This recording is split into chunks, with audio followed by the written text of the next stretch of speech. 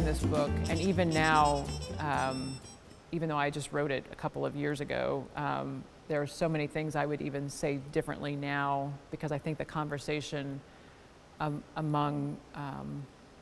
around whiteness has gotten more evolved in terms of who do you bring to the table, who do you quote, but just the idea of people needing to be taught how to improvise feels like such a privilege. I mean, like, that's true. You know, people, I mean, really you need, because this is just the way we have to be in the world when there's scarce resources, when, you know, people are, look at us and see criminal or other or all of those things, you know. I mean, really, when you actually are literally performing improv, it's so democratic.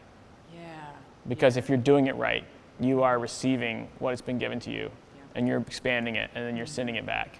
And it just draws attention to the way that's not the way conversations go in rooms where race and class privilege are playing. And I learned in improv class about my tendency to bulldoze. You know, I will move into a like MC or ringmaster or radio DJ or whatever it is where I can just talk and talk and talk and control and control, control. Yes. And it comes from a place of anxiety. And like letting it be a really democratic conversation is a relinquishing of control. And it's a behavior pattern that I didn't even realize that I had until I realized that I was not listening to my scene partner, and so we're like not even in the same context.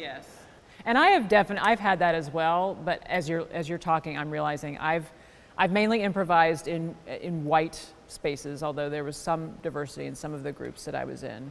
And so the dynamics for me really got centered around gender.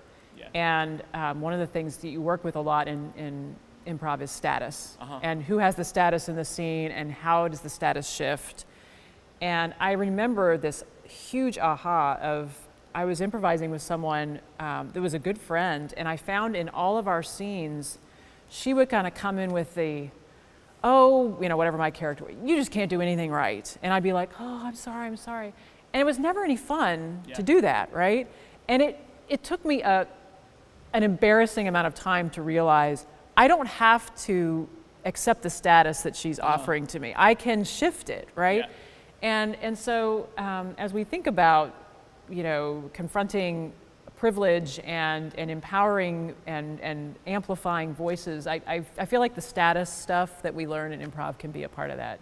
I actually used that, I'd forgotten, I used that exercise in the community organizing classes in Sandtown, Winchester, where you would bring two people to two sides of the room, and then they would get a number from 1 to 10 that represents their level of power. Oh my gosh. And then the audience would give them a context, and then you would just watch them interact. Nice. And it was actually, it didn't work because it was too vulnerable.